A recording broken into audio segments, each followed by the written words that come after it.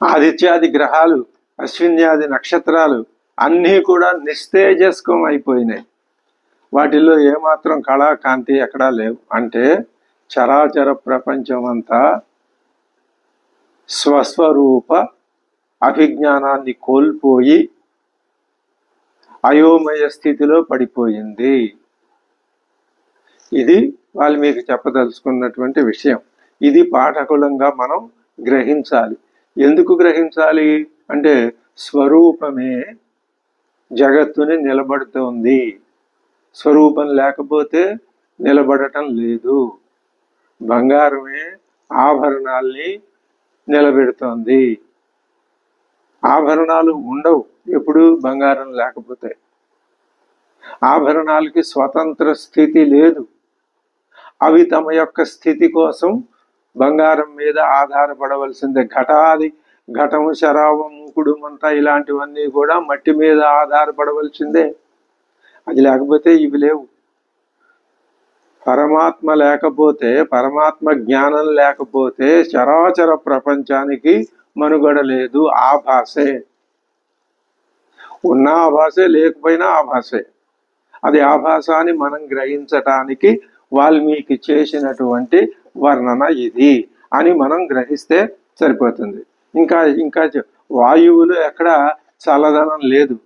చంద్రుడిలో సౌమ్యత్వం పోయింది. సూర్యతాపం సన్నగిల్లిపోయింది. జగత్తు క్షోభమయమైపోయింది.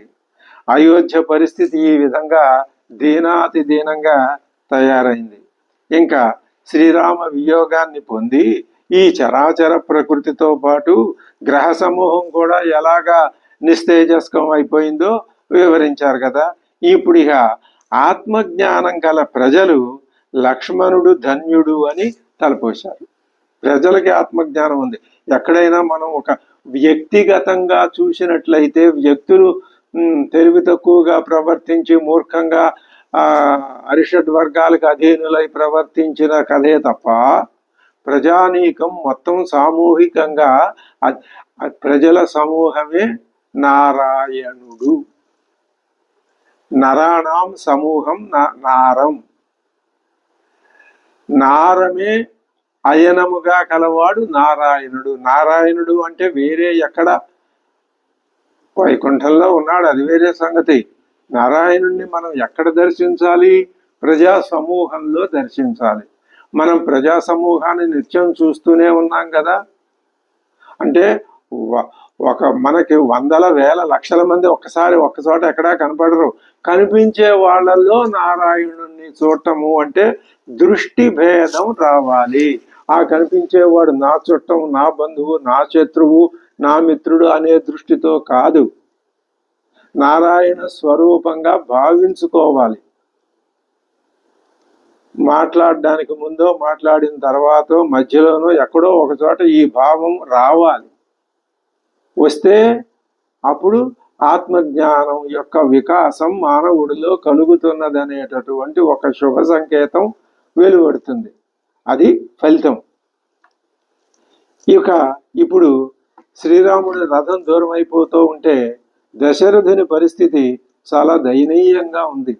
ఈ దశరథుని పాత్ర రామాయణంలో వాల్మీకి మహర్షి అసలు ఎలా అద్భుతంగా తీర్చిదిద్దాడో ఆయన గురించి మొట్టమొదటిలో చెప్పారు. ఏమని చెప్పాడు? సత్యం. అది మొదటి సర్గలోనే మొట్టమొదటిసారిగా దశరథుడిని పరిచయం చేస్తూ సత్యవచనాద్రాజ ధర్మపాశేన సంయత వివాసయామాస సుతం రామం దశరథ ప్రియం. ఇది మొట్టమొదటి దశరథుడిని గురించి చెప్పిన మాట. కైకేయికి వరాలిచ్చినటువంటి దశరథుడు సహా సత్యవచనాద్రాజా ధర్మపాశేన సంయత. సత్యవచనం కోసం ధర్మం అనే త్రాడుతో కట్టివేయబడిన రాజు ప్రియదర్శనుడైన తన కుమారుణ్ణి అరణ్యాలకు పంపించాడు అని ఒక శ్లోకంలో చెప్పాడు. అక్కడ 2 లక్షణాలు కనపడుతున్నాయి. ధర్మపాశేన సంయుత. దశరథుడు ధర్మబద్ధుడే, పైగా సత్యవచనాన్ని పరిపాలించే స్వభావం ఉన్నవాడే. కానీ ఆ సత్యవచనం తనకి దాన్ని పరిపాలించాలంటే తనకి బాధ కలుగుతోంది కాబట్టి ఆ బాధని తట్టుకోలేక ఆయన బాధకి లొంగిపోయాడు. కానీ సత్యవచనాన్ని మాత్రం విడిచిపెట్టలేదు. పైగా 6వ సర్గలో కోసల దేశం ఉంది. మనం ఒకసారి ఆ దశరథుడిని గురించి వాల్మీకి ఏం చెప్పాడు ఒక్కసారి పునరాలోచించుకుంటే 6వ సర్గలో చెప్పారు. తస్యాం పుర్యాం అయోధ్యాయాం వేదవితు, మొట్టమొదటి మాట వేదవితు దీర్ఘదర్శి మహాతేజా పౌరజానపద ప్రియ. ఈయన అవన్నీ విశేషణాలు. వేదవిత్తు, వేదాలు తెలిసినవాడు, వేదాలు వచ్చినవాడు, వేదాలు చదువుకున్నవాడు, వేద రహస్యాలు తెలిసినవాడు, వేద జ్ఞానం గలవాడు, దీర్ఘదర్శి. ఆయన అంటే తాత్కాలికమైనటువంటి ప్రయోజనాలను ఆశించి పనిచేసేవాడు కాదు, దీర్ఘకాలిక ప్రయోజనాలని దృష్టిలో ఉంచుకుని పనిచేసేవాడు, సుదూరం ఆలోచించగలిగిన వాడు. మహాతేజ, ఆయన ముఖంలో తేజస్సు ప్రకాశిస్తూ ఉంటుంది. పౌర జానపద ప్రియ, పౌరులకి జానపదులకి ఈయనంటే ఎంతో ఇష్టం. ఇంకా రాముడు రాలేదుగా, రాముడు రానప్పుడు ఈయనే ఇష్టం. ఇక్ష్వాకూణాం అతిరథ, ఇక్ష్వాకు మహారాజుల్లో అతిరథుడైన. యజ్వా, యజ్ఞాలు చేసిన వాడు. ధర్మపర, ధర్మబద్ధంగానే ప్రవర్తిస్తాడు. వశీ, ఆత్మ నిగ్రహం గలవాడు. మహర్షి కల్ప, ఇది అద్భుతమైన మాట. మహర్షి కల్పుడు, కల్పుడు అంటే సమానమైన వాడు. మహర్షి అని అంటలేదు వాల్మీకి. వెంటనే మళ్ళీ అంటున్నాడు రాజర్షి. ఇది 6వ సర్గలో దశరథుడిని గురించి మనకి పరిచయం చేస్తూ చెప్పిన విశేషణాలు ఇవన్నీ. అటువంటి ఉన్నతోన్నత స్థితిలో ఉన్న మహానుభావుడు. మరి శ్రీరామచంద్రుడికి, ఆ పరమాత్మకి పితృత్వం వహించాలి అంటే ఈ లక్షణాలు లేనిదే సామాన్యుడికి వల్ల కాదు కదా. సామాన్యుడు అయితే వివక్ష, పరమాత్మకి సామాన్యుడు కడుపున పుట్టడా, ఇన్ని గొప్ప లక్షణాలు ఉంటే ఆయన కడుపునే పుడతాడా అన్న ఒక అసంబద్ధమైన ప్రశ్న మన ఎదురుకుండా వచ్చి కూర్చుంటుంది. దాన్ని మనం లెక్క చేయక్కర్లేదు. కథ చెప్తున్నాం, ఒక ప్రయోజనాన్ని ఆశించి రామాయణ కథ, రాముని కథ చెప్తున్నాం. ఏమిటా ప్రయోజనం? నిన్ను నువ్వు తీర్చిదిద్దుకోవటం అన్నదే ప్రయోజనం. అంతే తప్ప ఇక్కడ ఈ లక్షణాలు ఉంటేనే ఈయన గర్భాన పుడతాడు పరమాత్మ అని కాదు. ఇదంతా పరమాత్మే. సర్వం విష్ణుమయం జగతు, విష్ణువు కాని చోటు లేదు. సర్వం బ్రహ్మమయం జగతు, మొత్తం అంతా బ్రహ్మమయమే. పరమాత్మ లేని చోటు లేదు, అంతా పరమాత్మే. అయితే నేను, నువ్వు, ఈ కనిపించే ఈ ఈ జంతుజాలం, ఇళ్ళు, వాకిళ్ళు, రోడ్లు, ఇవన్నీ, బస్సులు, ఇవన్నీ కూడా పరమాత్మేనా? అన్ని పరమాత్మే. చూడగలిగినటువంటి దృష్టి నైపుణ్యం నీలో ఉంటే అంతా పరమాత్మే. చేత కాకపోతే దేనికదే. తీర్థానికి తీర్థమే, ప్రసాదానికి ప్రసాదమే. చేత కాకపోతే దృష్టిలో మార్పు తెచ్చుకోవటమే సంస్కారాన్ని సంస్కరించుకోవటం. లేకపోతే ఏమీ ఉపయోగం లేదు. ఎన్నిసార్లు రామాయణం పారాయణం చేసినా వచ్చే ప్రయోజనం ఉంటుంది, ఉండదని అనకూడదు, ఉంటుంది, కానీ కొంతవరకే ఉంటుంది. విచక్షణ జ్ఞానంతో కూడి పారాయణ చేసినా, ఏం చేసినా ఫలితం ఇంతకుముందు వచ్చిన దానికంటే ఎక్కువ ఉంటుంది అని చెప్పటమే మా ఉద్దేశం తప్ప మరొక దురుద్దేశం కానీ దుష్ప్రచారం కానీ ఇలాంటివేవి ఎప్పుడూ కూడా ఇలా చెప్పే వ్యక్తుల యొక్క ఉద్దేశంగా ఉండవు. అలా ఎందుకు చెప్తున్నాము అంటే దృష్టిలో మార్పు తెచ్చుకోండి అని చెప్తున్నాం. ఇక్ష్వాకూణాం అతిరథ యజ్వా ధర్మపర వశీ మహర్షి కల్ప, మహర్షి కల్పుడు. వశిష్ఠ మహర్షి, మహర్షి, రాజర్షి, బ్రహ్మర్షి. రాజర్షి, మహర్షి, బ్రహ్మర్షి. విశ్వామిత్రుడు రాజర్షి, తర్వాత మహర్షి, చివరికి బ్రహ్మర్షి. అందుకనే రామాయణంతో ముడిపడి ఉన్నది. అసలు రామాయణ కథ ప్రారంభమైంది విశ్వామిత్రుడితో. మొట్టమొదట తండ్రిదే ఉంది, దశరథుడిదే ఉంది పాపం ఆయన. సరే, ఆ విశ్వామిత్రుడితోటే విశ్వామిత్రుని యొక్క గురుత్వంతో ప్రారంభమైంది కదా. ఎందుకని? మీరు కూడా మీ వలన అయితే మహర్షి అంటే, అది రాజర్షి అంటే ఏమిటో తెలుసుకోండి, మహర్షి అంటే ఏమిటో తెలుసుకోండి, బ్రహ్మర్షి అంటే ఏమిటో తెలుసుకోండి. మనం తెలుసుకోవటం కోసం ఈ విధంగా ఏర్పాటు చేయబడింది. మహర్షి కల్పో రాజర్షి త్రిషు లోకేషు విశ్రుత. ముల్లోకాల్లోనూ ఆయన తెలుసు. దేవతలకి సహాయం చేయటం కోసం, రా రాక్షస సంహారం కోసం ఆయన అక్కడికి స్వర్గలోకానికి వెళ్ళినప్పుడే కదా కైకమ్మకి వరాలు ఇచ్చింది. కాబట్టి ముల్లోకాల్లోనూ ఆయన కీర్తి ప్రతిష్టలు కలిగిన వాడు. బలవాన్ నిహత బలవాన్ నిహతామిత్ర మిత్రవాన్ నిహత అమిత్ర. అమిత్రులు లేరు ఆయనకి, శత్రువులు లేరు, లేని శత్రువులు కలవాడు, హతమైన శత్రువులు కలవాడు. మిత్రవాన్ అందరూ మిత్రులే. విజితేంద్రియ ఇంద్రియ నిగ్రహం కలవాడు. ధనైశ్చ సంగ్రహైశ్చాన్యై శక్రవైశ్రవణోపమ. ఇంద్రుడు వైశ్రవణుడు. వైశ్రవణుడు అంటే కుబేరుడు. ఇంద్ర కుబేరులతో సమానుడు. దీంట్లో నిధుల్లో, సంపదలో. ఇతర ఇష్ట సంగ్రహైశ్చ నిధులు, నిక్షేపాలు, ధనధాన్య సమృద్ధిలో ఇంద్రుడు కుబేరుడు కంటే మించిపోయినవాడు. అటువంటి యథా మనుర్మహాతేజ లోకస్య పరిరక్షిత తదా దశరథో రాజా వసన్ను జగదపాలయతు. మనువు ఎలా పరిపాలించాడో దశరథ మహారాజు అలా పరిపాలించాడు. అపాలయతు తేన సత్యాభిసంధేన త్రివర్గమనుతిష్టత పాలిత సాపురి శ్రేష్ఠ ఇంద్రేణేవ అమరావతి. అమరావతిని ఇంద్రుడు ఏ విధంగా పరిపాలించాడో అయోధ్య నగరాన్ని దశరథ మహారాజు అలా సత్యాభిసంధుడై పరిపాలించాడు. అభిసంధి అటువైపు సత్యం వైపుకు చేసే ప్రయాణమే, సత్యాన్ని నిరంతరం గుర్తుకు పెట్టుకోవటమే సత్యాభిసంధి. సత్యం వైపు సత్యాభిసంధిగా ప్రాణం పోతే ఆ సత్యాభిసంధిత్వం అనే ఫలితమే వస్తుందని చాందోగ్యోపనిషత్తు చెప్తోంది మనకి. తత్వమసి అన్నప్పుడు అది నువ్వే అని. అటువంటి సత్యాభిసంధి కలవాడు దశరథ మహారాజు. అటువంటి దశరథ మహారాజు అన్నీ తెలిసినవాడు. పైగా ఆయన పుత్రులు లేక బాధపడి అశ్వమేధం చేసి పుత్రకామేష్టి చేసి ఆ పుత్రుల్ని పొందినవాడు కదా. ఆ పుత్రకామేష్టిలో ఆ ప్రాజాపత్య పురుషుడు వచ్చి పాయసం అందించాడు కదా. ఇది లోక సామాన్యం కంటే మహిమతో కూడిన విషయం కదా.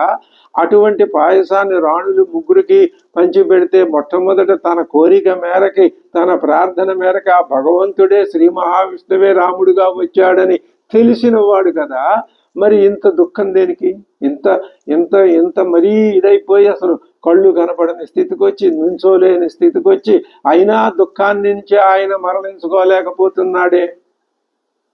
అన్ని విషయాలు తెలిసి ఉండి కూడా దుఃఖాన్ని మరి శ్రీకృష్ణ పరమాత్మ ఏం చెప్పాడు? శోకమోహాలే నీకు లేనిపోని అనర్థానికి కారణాలని అర్జునుడికి చెప్పి ఆ శోకమోహాలని పోగొట్టడానికే ఆయన 700 శ్లోకాలతో కూడిన భగవద్గీతను ఉపదేశించి అర్జునుడికి తగినటువంటి వైద్యం చేసి ఆయన్ని మళ్ళీ నిలబెట్టి కర్తవ్యోన్ముఖుణ్ణి చేశాడు కదా. అందుకనే ఆయన జగద్గురు అయినాడు కదా. మరి ఆ విషయం తెలుసుకోవాలి. పైగా ఇంకొక విషయం కూడా ఆయన చూసి గ్రహించాల్సిన విషయం ఉంది. ఇదంతా లోక సంగ్రహం కోసం వాల్మీకి చెప్తున్న విషయం. దశరథుని పాత్ర ఎంత చక్కగా తీర్చిదిద్దాడో మనం ఎక్కడా వంకబెట్టలేం. ఉన్న స్థితిని చూసి ఆ మానసిక స్థితిని గ్రహించటం మనం చేయాలి. దీన్ని మనం మార్చలేం, గ్రహించగలం. మార్చలేం, గ్రహించగలం. గ్రహించి ఏమిటి ప్రయోజనం? ఉద్ధరేద ఆత్మనా ఆత్మానం. నిన్ను నువ్వు ఉద్ధరించుకో. అలాంటి స్థితిలోకి నువ్వు నెట్టబడకు, నువ్వు వెళ్ళకు, తెలుసుకో. మరి అటువంటి శ్రీరాముడికి అసలు ఆయన విచారమే లేదు, దుఃఖమే లేదు. నవ్వుతూ, నువ్వు రాజు అన్నప్పుడు నవ్వుతూనే ఉన్నాడు, అరణ్యాలకు వెళ్ళమన్నప్పుడు నవ్వుతూనే ఉన్నాడు. ఎవరిని ఒక్క ముక్క నిందించలేదే. ఏమి తండ్రిని విడిచిపెట్టాల్సి వచ్చినందుకు బాధపడలేదే. మరి ఆ విషయం చూసి ఆయన గ్రహించాలి కదా.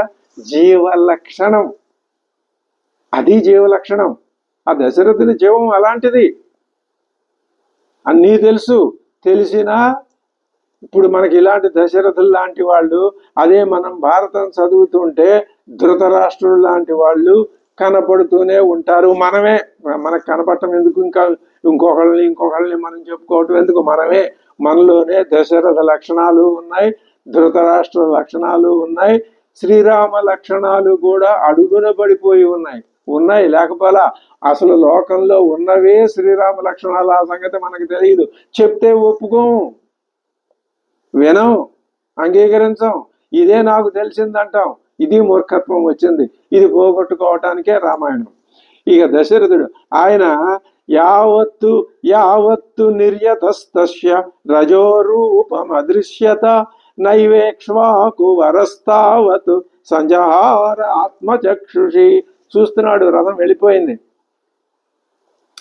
ఆ రథం ముందుకెళ్ళిపోతూ ఉంటే, రథచక్రాలు తిరుగుతూ ఉంటే, రథచక్రాల యొక్క రాబిడికి నేల మీద ఉన్న దుమ్ము పైకి లేచి మొత్తం అంతా వ్యాపించిపోయింది. కొంతసేపు దుమ్ములో నుంచి రథం కనపడింది. బహుశా రథంలో రాముడు కూడా కనపడి ఉంటాడు. రథం వెనక భాగం మూసి ఉంటుంది, రాముడు అటువైపు ఉంటాడు. అయినా కళ్ళల్లో ఉన్న రామ విగ్రహం కనపడుతూనే ఉంది దుమ్ములో. ఆ దుమ్ము కూడా కనపడిన యావత్తు నిర్యతస్తస్య రజోరూపం. ఆ రజోరూపం ఎంత దూరం కనపడుతుందో అంత దూరం కూడా ఆయన నా ఇక్ష్వాకు వరస్తావత్ న సంజహార ఆత్మచక్షుషి. కన్నుల్ని నా సంజహార ఉపసంహరించుకోలేకపోయాడు, చూపుని మరలించుకోలేకపోయాడు. రథధూళి కనిపించినంతసేపు అదే రాముడు అని భావిస్తూ, ఆ ధూళే రాముడు అని భావిస్తూ మడమలెత్తి నిక్కి పైకి ఎగిరి చూశాడు. భూమిపై వేళ్ల మీద నిలబడి నిక్కి చూశాడు. అది ఆయన జీవుని యొక్క ఆ స్థితి. అది ఆ ధూళి కూడా కనపడలేదు. చివరికి పపాత ధరణీ తలే. ఇంకా ఏం చేయలేక ఆ దుమ్ము కూడా అణిగిపోయింది. ఇప్పుడు రథం లేదు, దుమ్ము లేదు, రామ విగ్రహ దర్శనము లేదు, రామ విగ్రహ ఆకారము లేదు, రామ ఆకారం లేదు, ఏమీ లేదు. రామ భావన మాత్రం మిగిలి ఉంది. కౌసల్య రాజుని కుడి పక్కకు వచ్చి లేవనెత్తడానికి పట్టుకున్నది. అదే సమయంలో కైకమ్మ కూడా ఎడం వైపుకు వచ్చి ఆయన్ని పట్టుకున్నది. రాజు కోపంతో కైకేయి వంక చూస్తూ, ఆ ఆగ్రహం మాత్రం తగ్గట్లేదు ఆయనకి. జీవలక్షణం అది. కైకేయి మమాంగాని మాస్ప్రాక్షీత్వం దుష్టశారిణి. నన్ను నువ్వు నీ చేత్తో మాస్ప్రాక్షి ముట్టుకోవద్దు, స్పృశించొద్దు, అసలు నన్ను నువ్వు తాకద్దు. నహిత్వాం ద్రష్టుమిచ్చామి. నిన్ను నేను చూడను. నా భార్య నచ బాంధవి. నువ్వు భార్యవు కాదు, బంధువువి అంతకంటేనూ కాదు. అధర్మ పరురాలైన నిన్ను నేను పరిత్యజిస్తున్నాను, పోతలకి. నేను మరణించిన తర్వాత భరతుడు సమర్పించే పిండోదకాలు నాకు అక్కర్లేదు, అవి నాకు ముట్టవు, నాకు అందవు, నాకు చెందవు. కౌసల్య అప్పుడు అంటున్నాడు కౌసల్యతో, కౌసల్య నీతో పాటుగా నేను ఇక్కడ ఈ దుష్ట ప్రదేశం నుంచి బయటపడి నీ మందిరానికి వస్తాను అని ఆయన గృహోన్ముఖుడై అడుగులు 1-2 అడుగులు వేస్తుంటే, అప్పుడు శ్రీరాముడు నగర పొలిమేరలు దాటి వెళ్ళిపోయాడు అని ఎవరో వచ్చి చెప్పారు. చెప్తే అడవిలో శ్రీరాముడు పడే బాధలన్నీ తలుచుకొని రాజు మరింత దుఃఖిస్తూనే ఉన్నాడు. నన్ను కౌసల్య మందిరానికి చేర్చండి అని తన పరిజనంతో ఆయన ఆదేశించాడు. వాళ్ళు అలాగే చేశారు. తీసుకెళ్లి శయ్య మీద పరుండబెట్టారు. ఆయన ఆక్రోశిస్తున్నాడు. ఏమని? ఉచ్చైశ్వరేణ చుక్రోశ హా రాఘవ హా జహాసిమాం. ఉచ్చైశ్వరేణ ఆక్రోశిస్తూ పెద్దగా బిగ్గరగా, శ్రీరామ జహాసిమాం, నన్ను విడిచిపెట్టి వెళ్ళిపోయావా నాయన తండ్రి అని అల్లా ఆయన అడుగుతూనే ఉన్నాడు. చీకటి పడిపోయింది. ఆ రాత్రి ఆయనకు కాళరాత్రిలాగా మారిపోయింది. అర్ధరాత్రి పూట మళ్ళీ కొద్దిగా స్పృహ వచ్చి అంటున్నాడు కౌసల్యతో, రామం మే అనుగతా దృష్టి, మే దృష్టి, నా చూపు రామం అనుగత, రాముణ్ణి అనుసరించే వెళ్ళింది. అద్యాపి ననివర్తతే, అసలు వెనక్కి రావటం లేదమ్మా. నత్వాం పశ్యామి కౌసల్యే, నాకు నువ్వు కనపడటం లేదు. ఆయన చక్షు మార్గం మూసుకొని పోతోంది, కళ్ళు కనపడటం లేదు. నత్వాం పశ్యామి కౌసల్యే, ఓ కౌసల్య నువ్వు ఎక్కడున్నావు, నువ్వు నాకు కనపడటం లేదు. సాధు మాం పాణినా స్పృశ, ఒకసారి నీ చేత్తో నన్ను స్పృశించు, అప్పుడు నువ్వు ఎక్కడున్నావో నేను గ్రహిస్తాను అని ఆయన ప్రక్కనే కూర్చుని, ఆవిడ వచ్చి ఆయన ప్రక్కనే కూర్చున్నది. ఆవిడ కూడా విలపిస్తూనే ఉంది. పుత్ర దుఃఖంతో రాజు శయ్య మీద అలా పడిపోయి ఉన్నాడు నిర్జీవంగా. జీవం ఉన్నది, కౌసల్య తన దుఃఖాన్ని ఇలా వెళ్ళబోసుకుంటోంది. మరి ఇప్పుడు ఆవిడికి తన దుఃఖాన్ని వెళ్ళబోసుకునే సమయం దొరికింది. మహారాజా, కైక మొదటి నుంచి ఆవిడ పాము లాంటి స్వభావం కలదేనయ్యా. సర్పంలాగా ఆవిడ నడక కూడా కుటిలమైన నడకే, కుటిల గమనం కలదే.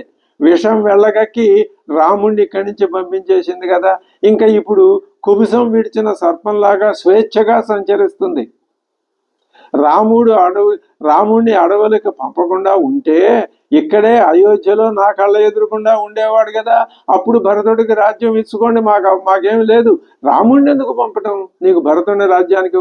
ఆవిడ స్త్రీ స్వభావమైనటువంటి బాధ, అది కన్న బాధ. ఇప్పుడు దశరథుడు ఎంతటి జీవ వేదన అనుభవిస్తున్నాడో కౌసల్య కూడా అంతటి జీవ వేదన అనుభవిస్తున్నది. ఈ జీవ వేదన ప్రతి ఒక్కడికి తప్పదు, ఎంత మహర్షులకైనా తప్పదు జీవ వేదన. అది చూపించటమే వ్యాస మహర్షి యొక్క ఉద్దేశం. రాజ్యం చేసిన నా రాముడు బిచ్చమెత్తుకొని ఇక్కడే తిన్నా బతికినా నా కళ్ళ ఎదురుకుండా ఉండేవాడే కదా, అడవులకు ఎందుకు పంపించారు? చూశావా, నా రాముడిని నాకు కాకుండా చేసింది కైకమ్మ. ఒక ఆహితాగ్ని అయిన వాడు తాను చేసే క్రతువులో దేవతలకు ఇవ్వాల్సిన భాగాన్ని రాక్షసులకు ఇస్తాడా? కానీ భరతుడికి రాజ్యాన్ని ఇచ్చి నువ్వు అలాగే చేశావు కదా మహారాజా. ఈవిడ నెమ్మదిగా దశరథుణ్ణి తన సూటిపోటి మాటలతో, ఆయన అసలే పాపం కుమిలిపోతున్నాడు, మరి ఇంకా ఆయన్ని ఇంకా బాధించటం, మరి ఆయన్ని బాధించటం అంటే ఈవిడ బాధపడితే ఈవిడ ఏ మాట అన్నా ఆయనకే తగులుతుంది కదా. ఈ పాటికి గజరాజ గతిర్వీరో మహాబాహుర్ధనుర్ధర వనమావిశతే నూనం సభార్య సహ లక్ష్మణ. ఆయన గజగమనంతో అంటే గంభీరంగా నడుచుకుంటూ, రాముడు ఎప్పుడూ గంభీరుడే, వనాలకు వెళ్ళవలసిన ఆ గమనం అలాగే ఉంటుంది, ఇక్కడున్న పురవీధుల్లో సంచరిస్తున్నా అలాగే ఉంటుంది. ఈ పాటికి అడవుల్లో ప్రవేశించి ఉంటాడు.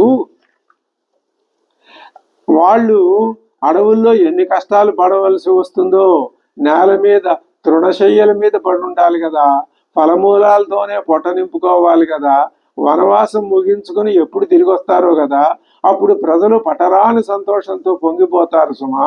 తిరిగి వచ్చే వాళ్ళ మీద ఆనందంతో వాళ్ళు పుష్పాలు లాజలు మొదలైన చల్లుతుంటారు. అటువంటి దృశ్యాలు కనిపిస్తున్నాయి, దుఃఖపూరితమైన దృశ్యాలు కనిపిస్తున్నాయి కౌసల్య కళ్ళలో. తిరిగి వచ్చే దృశ్యాల్ని, అది చిత్త చాంచల్యం. అటువంటి స్థితిలో మనస్సు అంతే అలాగే ఉంటుంది. ఆ చూపులు ఆ రోజు ఎప్పుడు వస్తుందో, మహారాజా నా కుమారుణ్ణి చూడలేకపోతే నేను భర్తకను అని ఆవిడ ఇంత దశరథుడితో సమానమైనటువంటి దుఃఖాన్ని అనుభవించింది కౌసల్య మాత. ఇప్పుడు ఆ మాటకు వస్తే కౌసల్యాదేవి కూడా పుత్రశోకంతో బాధపడుతూనే ఉంది. ఇంకప్పుడు దశరథుడు మహర్షి కల్పుడన్నాం. కౌసల్య ఆమెకు తెలుసు, పాయసం తీసుకోవటం వల్ల రాముడు తన యజ్ఞపురుషుడు ఇచ్చిన పాయసంలో అర్ధభాగాన్ని మహారాజు తనకిచ్చాడని, అందువలన శ్రీరాముడు తన కడుపున పుట్టాడు అని, ఆయన దేవుడని అంటున్నారు అని, ఆయన చూస్తేనే కళ్ళకి ఆనందం కలుగుతుందని, మనస్సు సంతోషంతో పరవశించిపోతుందని, ఆయన కళ్ళ ఎదురుకుండా లేకపోతే ఏదో దిగులు కలుగుతుందని ఇటువంటి అనుభూతి ఉన్నది ఆవిడికి. మరి అటువంటి రాముడు దూరంగా వెళ్ళిపోతే బాధ కలగకుండా ఉంటుందా? ఒక పక్షంలో ఆలోచిస్తే బాధ కలగటము సహజమే. రామ వియోగం వల్ల బాధ కలగటం అది అది మంచి, అది ఆ భక్తిలో ఒక భాగం. కానీ పుత్రశోకం తనకే చెందింది, తన పుత్రశోకానికి ఎదటి వాళ్ళు కారకులు అని ఇతరులు నిందించడం వచ్చేసరికి జీవ లక్షణం వచ్చి పడిపోతోంది. కౌసల్య దశరథులు ఇద్దరూ విలపిస్తున్నారు. ఇప్పుడు ఒకానొక అద్భుతమైన పాత్ర, దశరథ మహారాజు గారి యొక్క ముగ్గురు రాణుల్లో కౌసల్య పరిస్థితి ఎలా ఉందో చూశాం. కైకేయి సరే ఆవిడే కథను నడిపించడం మొదలుపెట్టింది. ఇప్పటిదాకా అవి ఏమీ మాట్లాడలేదు కైకమ్మ. ఆవిడ దేవకార్య సముద్యుక్తురాలు. ఆవిడ ప్రయోజనం వేరు, ఆవిడ జీవిత ప్రయోజనమే వేరు. మరి అది బాధాకరమైనప్పటికీ ఆవిడ నిర్వహించుతూ ఉన్నదే, అది ఆమెకు తెలుసును, కానీ పైకి చెప్పడానికి లేదు. ఇప్పుడు సుమిత్ర పాత్ర చాలా అత్యద్భుతమైన పాత్ర. ఆ సుమిత్ర ఏం చేసింది? తన కుమారుడు లక్ష్మణుడితో రెండు మాటలు చెప్పింది. నువ్వు వనవాసానికే ఉద్దేశించబడ్డావు నాయన లక్ష్మణ, నువ్వు పుట్టిందే అందుకు. నీ అన్న వెంట వెళ్ళు, అనుక్షణం ఆయన్ని కాపాడుతూ ఉండు, ఆయనకేమీ అపకారం, ఆయనకేమీ ప్రమాదం జరగకుండా చూసుకో.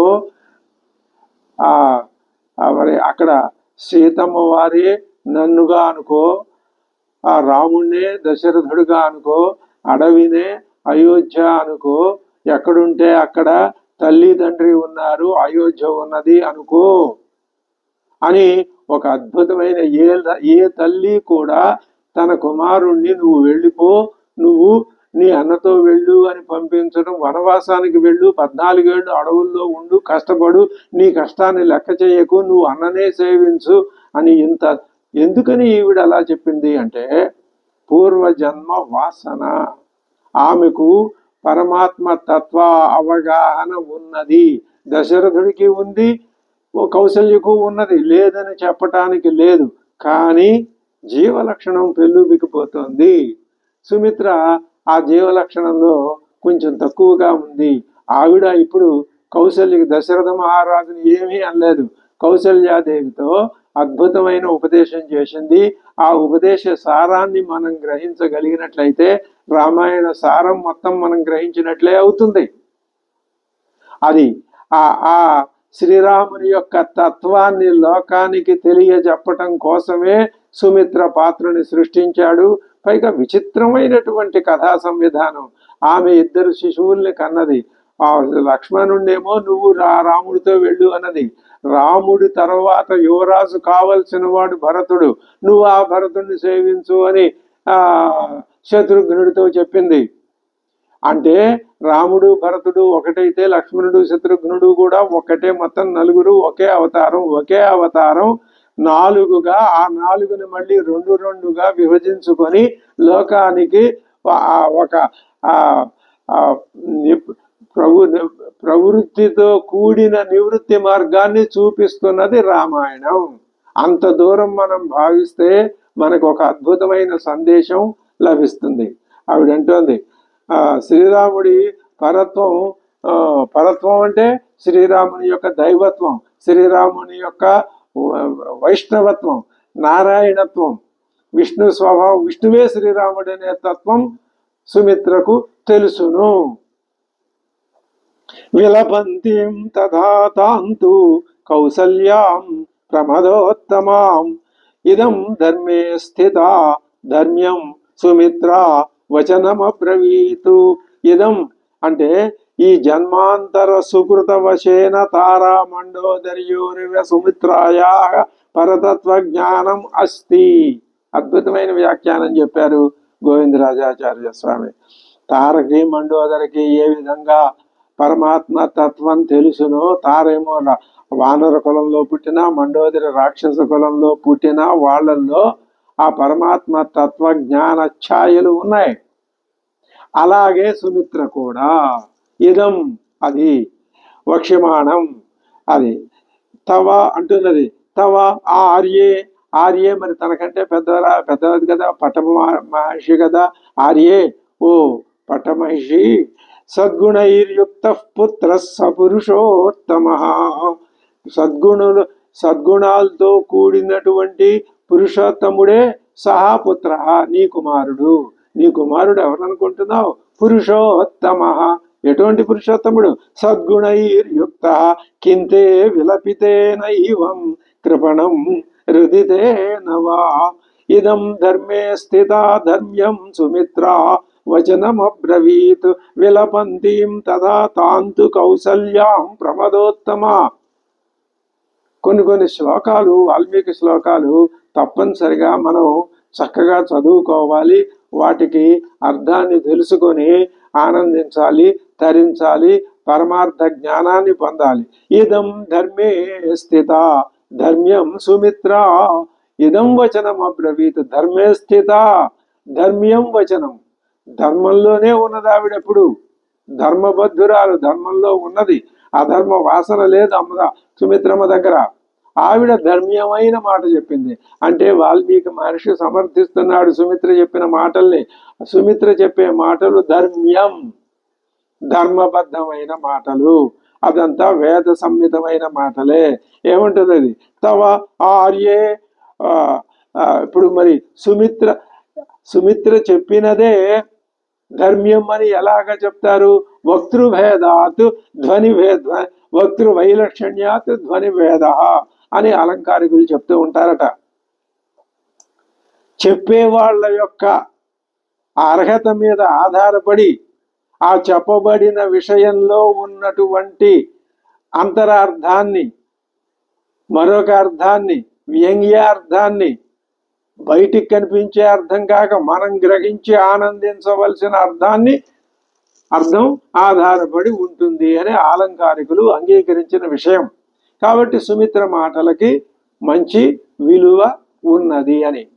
తవ ఆర్యే సద్గుణైర్యుక్త పుత్రస్స పురుషోత్తమ కింతే విలపితేన ఇవం కృపణం రుదితేనవా. ఎందుకమ్మా రుదితేనవా విలపిస్తావు? కింతే విలపితేన ఏవం. ఇలా నువ్వు ఎందుకు విలపిస్తున్నావు? కృపణం, దీనాతి దీనంగా విలపిస్తున్నావే. ఎందుకని అంటే సత్పురుషులైన వాళ్ళు ఏ ధర్మాన్ని అవలంబిస్తారో, ఆచరిస్తారో ఆ ధర్మాన్ని శ్రీరాముడు ఇప్పుడు ఆచరిస్తున్నాడు. ఎంత అద్భుతమైన మాట చెప్పింది. యజ్యదాచరతి శ్రేష్ఠ తతదేవేతరో జనః. శ్రేష్ఠుడైన వాళ్ళు, సమాజాన్ని నడిపించే వాళ్ళు ఏం ఆచరిస్తారో సామాన్య మానవులు కూడా అదే ధర్మంలో నడవటానికి ప్రయత్నం చేస్తారు. అలా సమాజాన్ని నడిపించటానికి కావలసిన విధానంలోనే నీ కుమారుడైనటువంటి పురుషోత్తముడైనటువంటి శ్రీరామచంద్రుడు ప్రవర్తిస్తున్నాడమ్మా. నువ్వెందుకు విచారిస్తున్నావు? ఈ మాట నిజానికి కౌసల్యతో కాదు, దశరథుడితో అనాలి. కానీ ఇది దశరథునికి ఉపదేశమే. ఎందుకు కాకూడదు? ఆయన పక్కనే ఉన్నాడుగా, ఆయన వింటూనే ఉన్నాడుగా. కానీ అమ్మవారు సుమిత్రమ్మ ఆవిడ భార్య కాబట్టి భర్తకు సూటిగా అదే వైచిత్ర్యం. అది చెప్పగలదు, దశరథుడిని కూడా నుంచోబెట్టి చెప్పగలదు. కానీ వాల్మీకి అలా చెప్పించలేదు. అది మనం వ్యంగ్యంగా ఇది దశరథుడికి కూడా ఉపదేశమే అని మనం గ్రహించేటట్టుగా చేయటమే ఆయన. ఎంత ఉక్తి వైచిత్రి! అసలు రామాయణంలో ప్రతి సంభాషణ, ప్రతి ఘట్టము ఉత్కంఠాభరితమైనదే, ఆనందప్రదమైనదే, ఆలోచనామృతప్రాయమైనదే, జీవన్ముక్తిప్రదమైనదే. సరి అయిన విధానంలో గనక మనం భావించుకున్నట్లయితే శ్రీరాముడు ఆచరిస్తున్నాడు కదమ్మా. అలాంటప్పుడు కిమర్థో విషాదకృత. ఎందుకమ్మా నీకు విషాదం? అమ్మా, నీ పుత్రుడు వేదాంత వేద్య, వేదాంతం చేత వేద్యుడు, వేదవేద్యుడే, వేదాంత వేద్యుడు కూడా. వేదాంతం అంటే ఉపనిషత్తులు పరమ పురుష తత్వాన్ని ముక్త కంఠంతో ఒకే ఒక తత్వం ఉన్నది, అదే ఈ జగత్తుకంతటికి ఆధారం, దాని మీదే ఇది ఆధారపడి ఉన్నదని స్పష్టంగా ఉపనిషత్తులు ప్రతిపాదిస్తున్నాయి. దాన్ని వ్యాఖ్యాన రూపంగా అనేక మంది సమర్థించారు. శంకర భగవత్పాదులేమి, రామానుజాచార్యులు వారేమి, మధ్వాచార్యులు వారేమి, ఇంకా తదితర వ్యాఖ్యాతలేమి అందరూ వారి విధానాల్లో సమర్థించారనుకోండి. ఏదైనా మనకు కావలసింది వారి సమర్థింపులలో ఉండే అంతరార్థాన్ని గ్రహించి మనం మన దారిలో ముందుకు వెళ్ళడం మనకు కావాలి. ఇప్పుడు మనం టికెట్ కొనుక్కుని రైలు ఎక్కితే ఏ పెట్టెలో ఎక్కితేనేమి రైలు మన గమ్యానికి తీసుకెళ్తుంది, తప్పేముంది దాంట్లో. అది నీ పుత్రుడు వేదాంత వేద్యుడమ్మా, పురుషోత్తమో నారాయణ. కారణం ఏమిటి అంటే సద్గుణైర్యుక్త. నీ కుమారుడిలో అన్ని సద్గుణాలే ఉన్నాయి. ఏమిటా సద్గుణాలు? అనితర సాధారణ, అనితరమైనవి, అనితర సాధారణం, ఇతరుల్లో సాధారణంగా ఎక్కడా కనపడని, అంటే కామక్రోధ వశానుగులై ప్రవర్తిస్తున్నటువంటి తమోగుణ భూయిష్ఠులైన రజోగుణ భూయిష్ఠులైనటువంటి జీవులలో కనిపించని ఉండవలసిన లేని లక్షణాల్ని అనితర సాధారణ లక్షణాలు అంటాం. అటువంటివి నీ కుమారుడిలో ఉన్నాయి. ఎవరు చెప్తున్నారు? తోడి కోడలు పెద్ద తోడి సవితితో పెద్ద తోడి కోడలతో చెప్తోంది.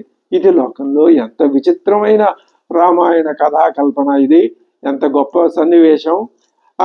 మరి ఆవిడికి తెలియదా అంటే తెలుసు, కానీ ఆ దుఃఖం ఆక్రమించింది. ఈవిడ ఆ దుఃఖాన్ని జయించింది. తన కొడుకుని సంతోషంగా పంపిస్తోంది. అదే కౌసల్య తన కొడుకుని సంతోషంగా పంపించలేక కంటికి మంటికి ఏకదారగా ఏడుస్తూనే ఉన్నది. ఇది భేదం. ఇంకా అనవధిక అతిశయ అసంఖ్యేయ కళ్యాణ గుణ. అనవధిక, అవధి అంటూ లేదు, అతిశయ సర్వాతిశయాన్ని కలిగిన, అసంఖ్యేయ ఇన్ని అని లెక్క పెట్టడానికి వీల్లేని కళ్యాణ గుణాలు, శుభప్రదాలైనటువంటి లక్షణాలు. సత్పురుషోత్తమ శ్రీపతి. పురుషోత్తమ అని నీకంటూ కూడా, పురుషోత్తముడు అంటే శ్రీపతే, శ్రీపతి అంటే లక్ష్మీదేవి యొక్క భర్త. తచ్చబ్దస్య సన్నిహిత పురుషోత్తమ విశేషణత్వేన సహా పురుషోత్తమ అని ప్రయోగం కదా. అంటే వేదాంత ప్రసిద్ధి ద్యోతకత్వం పైన చెప్పాడు. వేదాంత వేద్య. ఎందుకని వేదాంత వేద్యుడు? వేదాంతంలో చెప్పబడిన లక్షణాలన్నీ నీ కుమారుడిలో ఉన్నాయి అని. మరి దీన్ని బట్టి ఆవిడ వేదాంత విజ్ఞానురాలు, విజ్ఞాన స్వభావం కలది. ఆ తత్వజ్ఞానం ఇమిడి ఉన్న తనలో ఆవిడ బుద్ధిలో ఉన్నది అని. సుమిత్ర అంటే అందరికీ, అసలు ఆవిడతో ఎవరు మాట్లాడతారో, ఆవిడ ఎవరితో మాట్లాడుతుందో అందరికీ ఆవిడ మిత్రురాలు అని అర్థం. యస్తవార్యే గతః పుత్రః త్యక్త్వా రాజ్యం మహాబలః సాధు కుర్వన్ మహాత్మానం పితరం సత్యవాదినం. తండ్రిని సత్యవాదిని చెయ్యటం కోసం సాధు కుర్వన్, ఆయన మంచి పని చేస్తూ, తాను చేయవలసిన పని చేస్తూ, పుత్ర త్యక్త్వా రాజ్యం మహాబల, మహాబలుడయ్యుండి రాజ్యం త్యక్త్వా గతః వనం, అడవులకి వెళ్ళాడమ్మా. శిష్టైరాచరితే సమ్యక్ శశ్వత్ ప్రేత్య ఫలోదయే రామో ధర్మే స్థిత శ్రేష్టో నశోచ కదాచన. ఈ రెండు శ్లోకాలు కలిపి ఒకే వాక్యమని వ్యాఖ్యాతలు చెప్తున్నారు. నశోచ్య కదాచన. ఎటువంటి రాముడైతే చంద్రుని సత్యవాక్య ప్రియుణ్ణి చేయటం కోసం అడవులకు వెళ్ళాడో, అది ఆయన తండ్రిని సత్యవాక్కుని చేయటం కోసం అడవులకు వెళ్ళాడు. దాంట్లో విచారించాల్సిందేముంది? అలా కాదు, ఆయనకి పాపం అడవుల్లో ఉండటం చేత కాదు, ఎప్పుడు అడవుల్లో ఉన్నవాడు కాదు, ఏం బాధలు పడతాడో అని నేను బాధపడుతున్నానమ్మా. నీకేం తెలుసు? ఒక్కొక్కసారి మంచి చెప్పినా అది ఎదురొస్తుంది. కౌసల్య అలా మాట్లాడలేదు. లోకంలో అయితే మంచిని కూడా శ్రోతవ్య మనసూయ అని చెప్పాడు వాల్మీకి. అందుకనే మొట్టమొదట మనం ఈ రోజుల్లోనే కాదు, మనం ఎప్పుడు చెప్పుకున్నా సమకాలీన సమాజాన్ని గురించి ఎప్పుడు మనం విమర్శించుకుంటూనే ఉండాలి. సమకాలీన సమాజాన్ని కాకపోతే దేన్ని మనం చెప్పుకుంటాం? రేపు రాబోయేదాన్నా, అది వస్తుందో రాదో ఎవరికి తెలుసు? నిన్న జరిగిందాన్నా, నిన్న జరిగిపోయింది మళ్ళీ ఏదో కంటికి కనపడుతుందా? అది ఏదేని ఎవడైనా అడిగితే రుజువేది? కాబట్టి సమకాలంలో ఉన్న దాని గురించే మనం చెప్పుకోవాలి. ఏమని చెప్పుకోవాలంటున్నాము అంటే, శిష్టై సాధు గత త్యక్త్వా రాజ్యం మహాబల. పైగా శిష్టైరాచరితే సమ్యక్ శశ్వత్ప్రేత్య పితరుణ్ణి తండ్రిని సత్యవాక్కుని చేయటం కోసం ఈయన అడవికి వెళ్తున్నాడు అంటే అవునమ్మా అది కరెక్టేను, అది నేను ఒప్పుకుంటాను.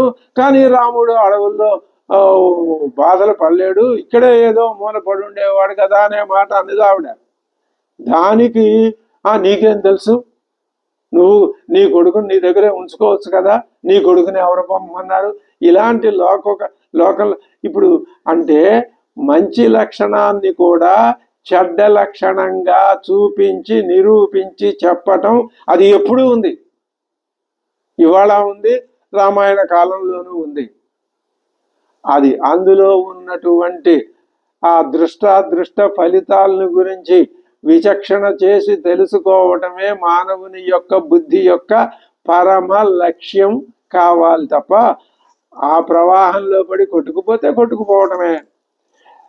యస్తవార్యే గతః పుత్రః త్యక్త్వా రాజ్యం మహాబలః సాధు కుర్వన్ మహాత్మానం పితరం సత్యవాదినం శిష్టైరాచరితే సమ్యకు శశ్వత్ప్రేత్య ఫలోదయే. శిష్టులు ఆచరించినటువంటి సమ్యకు శుభప్రదమైన మార్గంలో శశ్వత్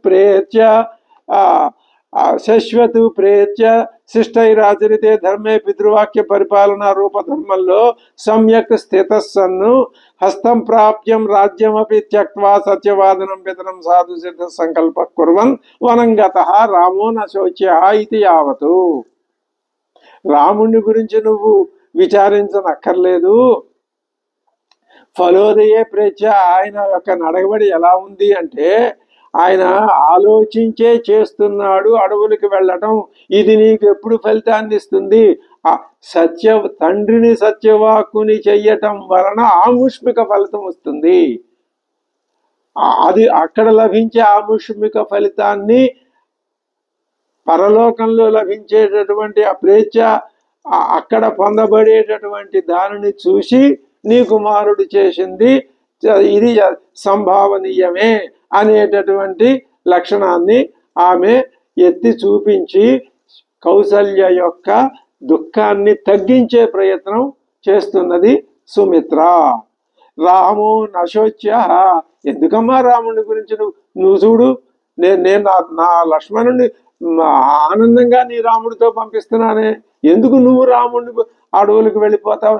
ఇది ఎంత తత్వ విచారణ, లోతైన తత్వ విచారణ, మానవ జీవిత విలువల సత్యత్వ నిష్ఠ యొక్క విలువలని ఎంత చక్కగా వాల్మీకి విశ్లేషించి పాఠకుల ముందు పెడుతున్నాడో గమనించాలి.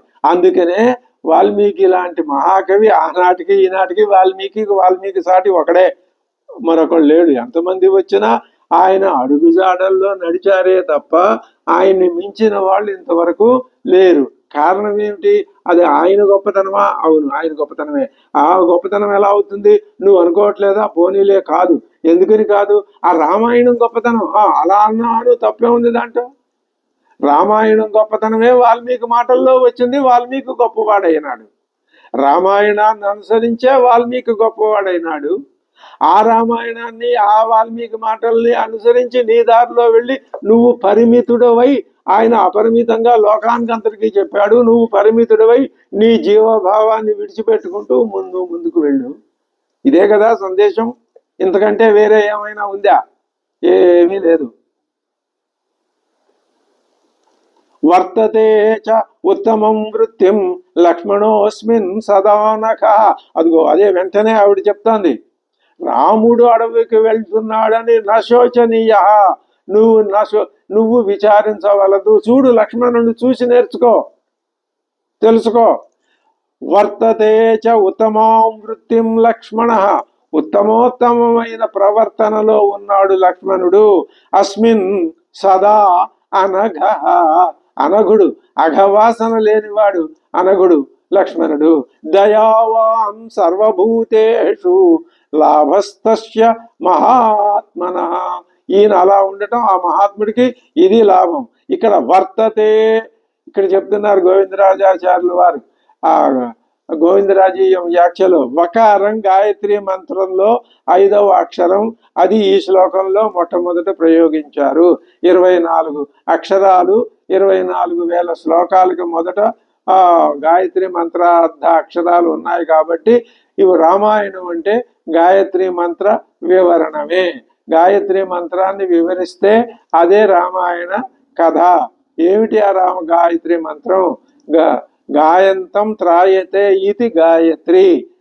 నువ్వు గాయంతం అంటే పాట పాడటం అనే కాదు, భావన చేయటం, మననం చేయటం, నిధిధ్యాసన చేయటం. ఎప్పుడు ఆ మంత్రార్థాన్ని ఆలోచిస్తూ ఆ మంత్రార్థం ప్రకారం జీవితాన్ని తీర్చిదిద్దుకోవటం. ఆ భర్గో దేవస్య ధీమహి, దేవస్య భర్గ, ఆ దేవుని యొక్క భర్గ తేజస్సుని ధీమహి. ఏమిటా తేజస్సు? సూర్యుని తేజస్సు. సూర్యుడిగా తేజస్సు ఎక్కడి నుంచి వచ్చింది? పరమాత్మే. తర్వాత చెప్తారు, మనకి వేదమంత్రం చెప్తోంది, అన్నింట్లోనూ లోపల ఉండే అంతర్యామి బ్రాహ్మణం అని ఒక బ్రాహ్మణం ఆ బృహదారణ్యకంలో ఉన్నది. అన్నింటి లోపల ఉండి నడిపించేది అదే. ఉదాహరణకి అక్కడ చెప్పారు, ఆభరణాలన్నింట్లోనూ అణువణువున తానే ఉండి ఆ ఆభరణానికి జీవాన్ని ఇచ్చేది బంగారం. అలాగే ఈ సమస్త సృష్టిని తాను లోపల ఉండి యమయతి, నడిపించేది, నియమించేది అటువంటి భర్గో దేవస్య ధీమహి. అది ఏం? ధియో యోనః ప్రచోదయాత్. మా యొక్క బుద్ధిని ఏ భర్గస్ అయితే, ఏ సావిత్రమైనటువంటి భర్గస్ అయితే అది మమ్మల్ని నడిపిస్తున్నదో అది మాకు మేలు కలుగజేయుగాక. అది ఏది మమ్మల్ని నడిపిస్తుందో అది మాకు ఉపాస్య దైవం అని నీకు ఆ గాయత్రి మంత్రం చెప్తోంది కదా. గాయత్రి మంత్రార్థం అక్షర రూపంలోనూ నిబంధించబడింది, భావ రూపంలో రామాయణ కథ గాయత్రి మంత్రార్థమే, భాగవత కథ గాయత్రి మంత్రార్థమే. ఆ ఒక్క మంత్రాన్ని వివరించటం కోసం ఇంత అద్భుతమైన కథ. కృష్ణావతార రహస్యం కూడా అదే. కృష్ణావతారమే గాయత్రి మంత్రాన్ని విడమరిచి చెప్పి ఇలా మీరు ప్రవర్తించండి అని చెప్పడం కోసమే. రామావతారం కూడా అందుకే. కాబట్టి ఆ అర్థాన్ని మననం చేయటం, భావన చేయటం, దీర్ఘంగా ఆలోచించటం, సర్వకాల చేతనైతే సర్వకాల సర్వావస్థల్లోనూ భావన చేస్తూ ఉంటే ఇంకా ఆ అవస్థే మిగిలిపోతుంది, మిగతా అవస్థలన్నీ కొట్టుకుపోతాయి. ఇందులో ఎంతో అర్థం ఉంటుంది. మిగతా అవస్థలు కొట్టుకుపోతాయంటే మరణం కూడా అందులోనే కొట్టుకుపోతుంది. అమృత ధర్మం అందులో మిగిలిపోయి ఉంటుంది. మనం దేంట్లో ఉంటాం? అమృత ధర్మంలో ఉంటాం. ఇదే రామాయణార్థం. నువ్వు అమృత ధర్మంలో మిగిలిపో. ఆ మృత ధర్మంలోకి ఎందుకు వస్తావు? నేను పోతున్నా, నేను చచ్చిపోతున్నా అని బాధ ఎందుకు? ఎప్పుడైనా ఇవి తప్పవు, ఈ బాధ. అడవులకు వెళ్ళాలి తప్పదు అని ఆ పరమాత్మే వచ్చి అడవులకు వెళ్తుంటే ఇంకా నీకు నాకు బాధ ఏముంది? బాధ ఉండాల్సిన అవసరం లేదు. అరణ్యాల్లో కష్టాలు ఉంటాయని తెలిసి కూడా అనుగచ్చతి వైదేహి, లక్ష్మణుడు చెప్పింది. ఇది ఎంత అద్భుతమైనటువంటి విశ్లేషణ సుమిత్రమ్మ. నువ్వు లక్ష్మణుడు ఎందుకు రాముడు వెంట వెళ్ళాడో, రాముడు పురుషోత్తముడు అని చెప్పాం, ఆయన ధర్మబద్ధంగా విడుతున్నాడని చెప్పాం, ఆ లక్ష్మణుడు ఆయన అనుసరిస్తున్నాడని చెప్పాం. అందుకనే ఆ ధర్మం వల్లనే ఇప్పుడు సీతమ్మ కూడా ఆ ధర్మం వలననే ఆయన్ని అనుసరిస్తున్నదని చెప్తోంది. అనుగచ్చతి వైదేహి ధర్మాత్మానం తవాత్మజం. నీ ఆత్మజుడు, నీ కుమారుడు, ధర్మాత్ముడైనటువంటి నీ కుమారుణ్ణి వైదేహి అనుగచ్చతి. వైదేహి మళ్ళీ ఇక్కడ సాభిప్రాయ విశేషణం. వైదేహి విదేహరాజు కుమార్తె. విదేహ దేశం, దేహం ఉన్నదా అంటే ఆ దేశంలో ఎవరికి దేహం లేదా? ఉంది, కానీ దేహం యొక్క ప్రాముఖ్యతను వాళ్ళు గుర్తించరు. కోసల దేశం, విదేహ రాజ్యం, కోసల రాజ్యం. కౌసల్య, కోసల దేశపు ఆ రాజకుమార్తె కౌసల్య. కోసల, కు అంటే మనకి మల్లినాథ సూరి వ్యాఖ్యాన రఘువంశం రామాయణాన్ని చెప్పాడు ఆయన మహాకవి కాళిదాసు. అక్కడ కోసల దేశానికి వ్యుత్పత్త్యర్థం చెప్పారు మల్లినాథ్ సూర్యవర్యులు.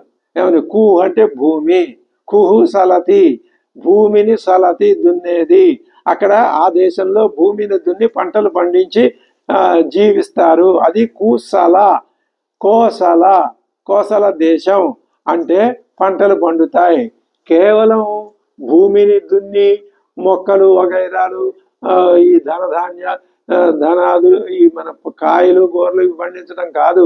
బుద్ధి అనేటటువంటి క్షేత్రాన్ని, పొలాన్ని దున్ని అందులో నుంచి పరమాత్మ అనేటటువంటి ఫలితాన్ని సాగు చేసి పొందటం, అది కూడా కోసల దేశమే. అదే కోసల దేశం. కాబట్టి ఈ విదేహ దేశం యొక్క గొప్పతనం ఏమిటి? వీళ్ళు కోసల దేశంలో వాళ్ళేమో బుద్ధిని పదును చేసి పండించి అమృతత్వాన్ని పొందుతారు. అందుకనే అయోధ్య నగర ప్రజల్ని వర్ణించాల్సి వచ్చినప్పుడు ఎంత చక్కగా చెప్పాడో. అందరూ సుఖంగా ఉన్నారు. అసలు ఆ ప్రజల లక్షణాలు తెలుసుకుని ప్రజలందరూ అలా ఉండగలిగితే ఇంక రామాయణం కథంతా దీంతో మనకు పనే ఉంది. అంత అద్భుతంగా కోసల దేశ అయోధ్య నగర వాసులను వర్ణించింది రామాయణం. మొత్తం 3 నగరాలు ఉన్నాయని చెప్తారు. అయోధ్య, కిష్కింధ, లంక. 3ంటికి భేదం మనం భవిష్యత్తులో తెలుసుకుందాం. మరి ఇప్పుడు విదేహ రాజ్యం, కోసల దేశం పక్కనే ఉంటుంది విదేహ రాజ్యం. కోసల దేశ ప్రశస్తి అమృతత్వాన్ని పండించడం అయితే, విదేహ రాజ్య ప్రశస్తి ఏమిటి? దేహాభిమానం లేదు. ఇంకా అంతకంటే ఉన్నతమైన స్థితి దేహంలో ఉంటూ దేహాభిమానాన్ని విడిచిపెట్టడం, ఇదే అమృతత్వం. అటువంటి దేశంలో పుట్టినది అమ్మవారు అయోనిజ. నిజానికి సీతాతత్వం, రామతత్వం వేరు వేరు కాదు. మనం వేరు వేరు అని అనుకుంటున్నాము. అనుకునే భ్రమలో పెడుతుంది రామాయణం. కథ అంతా అలాగే చెప్తుంది. కానీ ఆ కథ చెప్పేదాన్ని మనం పక్కన పెట్టి, దూరంగా పెట్టి, ఇద్దరూ ఒకటే అనేటటువంటి దృక్పథంతో గనక మనం చదువుకుంటూ వెళ్ళినట్లయితే మన ప్రయోజనం నెరవేరుతుంది. అది అనుగచ్చతి వైదేహి ధర్మాత్మానం తవ ఆత్మజం స్త్రీణాం భర్తాహి దైవతం అని కదా లోకోక్తి. ఆ సంగతి మీ కోడలు సీతమ్మకి తెలుసమ్మా. అందుకనే ఆవిడ భర్తని విడిచిపెట్టి తాను ఇక్కడే ఉండిపోకుండా భర్తతోటే వెళుతున్నది. నువ్వు కోడల్ని గురించి కూడా శోకిస్తావేమో, శోకించకు. కొడుకుని గురించి శోకించద్దు, కోడల్ని గురించి కూడా శోకించద్దు. వైదేహి సాభిప్రాయ విశేషణం అని చెప్తున్నారు. విదేహ వంశోత్పన్న అయోనిజ అని గ్రహించాలి అని తనిష్లోకి వ్యాఖ్య. వైదేహస్తు విదేహత. దేహాన్ని, ఆ దేహ ధర్మాల్ని ఆయన లెక్కలోకి తీసుకోడు కాబట్టి వైదేహుడు. వైదేహుడు ఎవరు? జనక మహారాజు. సరే, ఇంకా చెప్తోంది. అసలు సుమిత్ర విశ్లేషించినటువంటి రామతత్వ విశ్లేషణ మొత్తం రామాయణం మొత్తం మీద ఎవరూ చేయలేదు.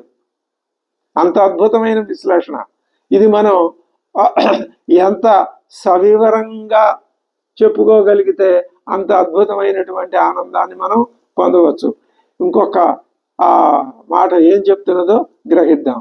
కీర్తిభూతాం పతాకాం యో లోకే భ్రమయతి ప్రభు ధర్మ సత్యవ్రత ధన కిం న ప్రాప్తస్తవాత్మజ.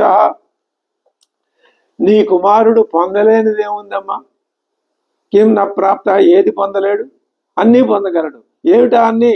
కీర్తిభూతాం పతాక్. రాముడు కీర్తి. ఇప్పుడు అయోధ్యలోనే కూర్చుంటే రాముడు మామూలు మనిషే. అడవులకి వెళ్ళటం వలననే తన కీర్తి అనేటటువంటి పతాకాన్ని ముల్లోకాల్లోనూ ఎగరేస్తున్నాడు. అసలు ఆయన అందుకే వచ్చాడు. ఆ కీర్తి ఆయన ఎగరేసిన పతాకం ఎప్పుడూ రెపరెపలాడుతూ ఉంటుంది. అది చూసిన జీవులు ఆ మార్గంలో వెళ్ళాలి, ఆ పతాకం కింద నిలబడాలి, ఆ పతాకం ఆ యొక్క వాయు ఛాయల్లో ఆ గాలిని పీల్చాలి, ఆ లక్షణాల్ని అలవర్చుకోవాలి. అది పతాకం అంటే. కీర్తిభూతాం పతాకాం యో లోకే భ్రమయతి ప్రభు ధర్మ సత్యవ్రత ధన సత్యధర్మవ్రత ధన ధర్మ సత్యవ్రత ధన ఏదైనా ఒకటే. అటువంటి కిం న ప్రాప్తస్తవాత్మజ వ్యక్తం రామస్య విజ్ఞాయ శౌచం మాహాత్మ్యముత్తమం నగాత్రమంశుభి సూర్య సంతాపయితుమర్హతి. ఇంకా లోతుల్లోకి వెళ్ళిపోతున్నది సుమిత్రమ్మ. ఏం లోతులు? వేదాంతం యొక్క లోతులు. ఆవిడ వేద ధర్మజ్ఞురాలని చెప్పుకున్నాం కదా. నీ కుమారుడు ఆ పరమాత్మే. ఎవరు గ్రహించగలరండి? ఎవరు గ్రహించారండి రామాయణంలో రామతత్వాన్ని? దశరథుడు గ్రహించగలిగాడా? తెలుసు, పైకి గ్రహించాడేమో. మనం ఇంకా ఎక్కువగా చెబితే మనం దశరథ ద్రోహం చేసినట్లు అవుతుంది. అందుకని అంతటితోటే సరిపెడదాం. ఆయనకి తెలుసును, తెలియదు అంటానికి వెళ్ళేది. ఇందాక ఆ మాట ఇందాకే చెప్పుకున్నాం. ఇప్పుడు చూడండి ఈవిడ ఎంత స్పష్టంగా, ఎంత చక్కగా అర్థమయ్యేటట్టు రామతత్వాన్ని లోకానికి వివరించి చెప్తుందో. రాముడు మానవుడా? కాదు, దేవుడే. ఆ మాట మనం అనుకోవాలి. మానవుడే అనుకుంటే నేను మానవుడినే, రెండు వేరే అనే భావన వచ్చి పడిపోతుందేమో, ఆ ప్రమాదంలో పడిపోతామేమో అని మానవుడు అనుకుంటూనే దేవుడు కూడా అనుకోవాలి. దేవుడు అనుకుంటే ఏమవుతుంది? ఆ దేవుడు నడిచిన దారిలో మనం నడుస్తాం. వ్యక్తం రామస్య విజ్ఞాయ శౌచం మాహాత్మ్యముత్తమం నగాత్రమంశు విసూర్య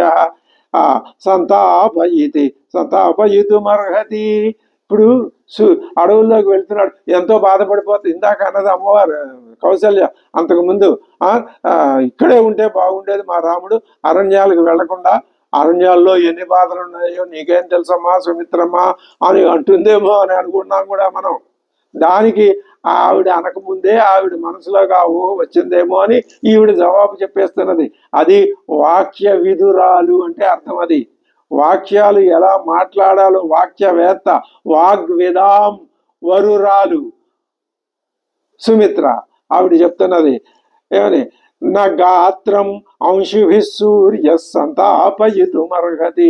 సూర్యుడు నీ కుమారునికి తన కిరణాల ద్వారా ఏ మాత్రం సంతాపాన్ని కలిగించడు. ఎందుకని? ఆ సూర్యుడు ఉన్నదే నీ కుమారుడు వల్ల. నీ కుమారుడు లేకపోతే సూర్యుడు లేడు. ఆ సంగతి సూర్యుడికి తెలుసు. అందుకని ఆయన నీ కుమారుణ్ణి తపింప చెయ్యడు. ఇదేమిటిది? వేదార్థం. భీషోదేతి సూర్య. ఆనందవల్లి చెప్తోంది, భీషా ఉదేతి సూర్య. అన్ని గ్రహాలు భూమితో సహా ఆధునిక విజ్ఞాన శాస్త్రం ఏదైనా చెప్పినా అవన్నీ అక్కడికి పరిమితం. ఇది మోక్ష ప్రాప్తికి అపరిమితమైన మార్గం. అంతరార్థాన్ని మనం గ్రహించుకోవాలి. అనవసరమైనటువంటి వాగ్వివాదాల్లోకి మనకు వెళ్లాల్సిన అవసరం లేదు. మనకి ఒకటి మానవ జీవిత గమ్యం, జీవన మార్గమే మనకు కావాల్సింది తప్ప ఒకప్పుడు ఒక పెద్ద మనిషి చెప్పిన సత్యం మరొక కాలంలో మరొక పెద్ద మనిషి కాదంటే ఏం చేస్తాం? కానీ వేదాంతంలో చెప్పబడినటువంటి సత్యాలు శాశ్వత సత్యాలు. అవి స్థిరంగా ఉండిపోయేవి.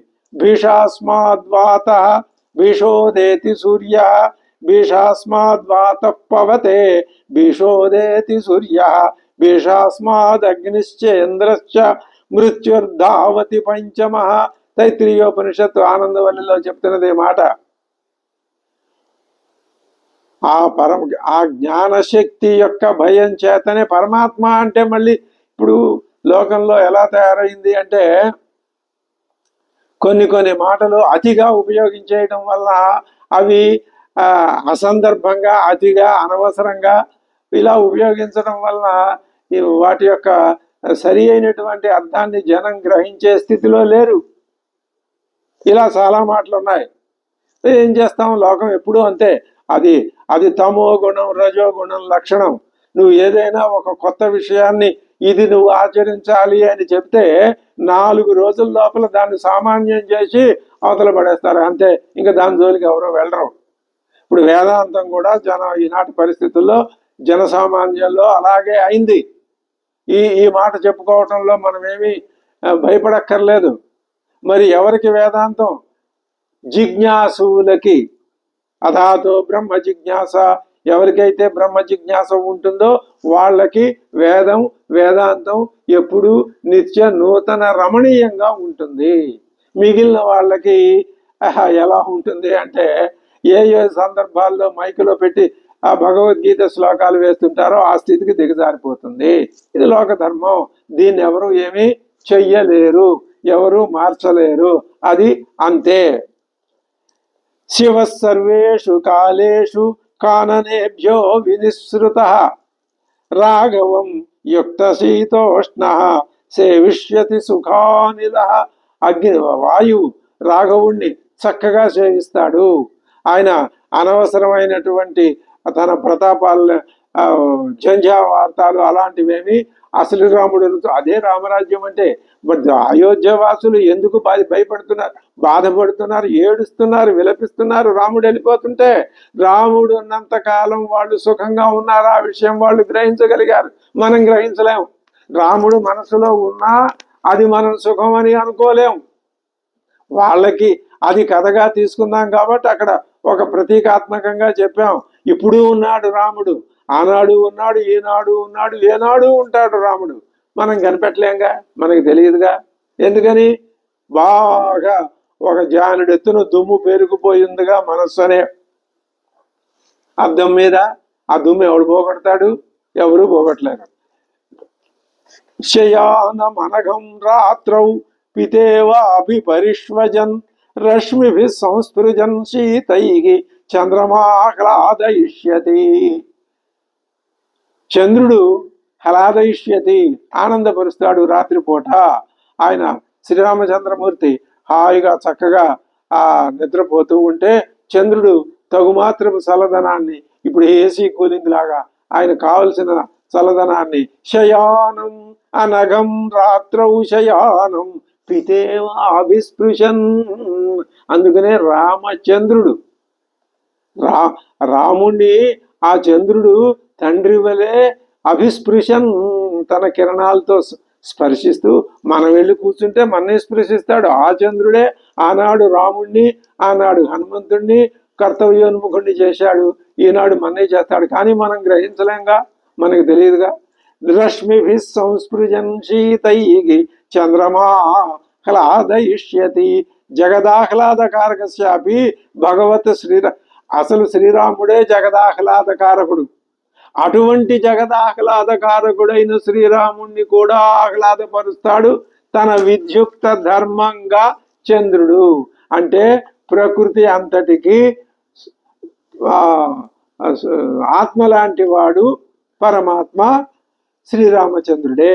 స్వశక్తి అనుసారేణ చంద్ర ఆహ్లాదం కరిష్యతి. శ్రీరాముల్లో ఉన్నటువంటి యా శ్రీ, ఏ లక్ష్మీదేవి అయితే ఉన్నదో, ఏమిటా శ్రీ అంటే? సర్వలక్షణ సంపన్న గాత్ర శోభ. ఆ శ్రీరామ విగ్రహం యొక్క అన్ని శుభ లక్షణాలతో కూడి ఉన్నటువంటి అజానుబాహు మరవింద దళాయతేక్షం, అటువంటి శ్రీరామచంద్రుని యొక్క విగ్రహంలో ఉన్నటువంటి ఆ సర్వలక్షణ సంక్షోభ ఉన్నదే ఆ శ్రీ. యత్ శౌర్యంచ, ఇంకో రెండో లక్షణం శౌర్యంచ జేతృత్వం. రాముడు అంటేనే విజయం. రావణాసురుణ్ణి, ఖరదూషణాది రాక్షసుల్ని, ఇదంతా కథ అండి. కథలో జయించడం అది పెద్ద మనకి ప్రధానం కాదు. మనం ఎంతసేపు రావణాసురుణ్ణి చంపేశాడు, ఆహా గొప్ప, ఒక కొబ్బరికాయ కొడదాం, ఇంతటితో సంతృప్తి పడకూడదు. శ్రీరాముడు అంటేనే జేతృత్వం, జయ లక్షణం, విజయాన్ని సాధించటం. ఏమిటి? మన స్వరూపాన్ని మనం తెలుసుకోవటమే శ్రీరాముడి విజయాన్ని సాధించడం. మన స్వరూపం ఏమిటి? అజ్ఞానం కాదు, మన స్వరూపం జ్ఞానం. ఇది తెలుసుకుంటే చాలు.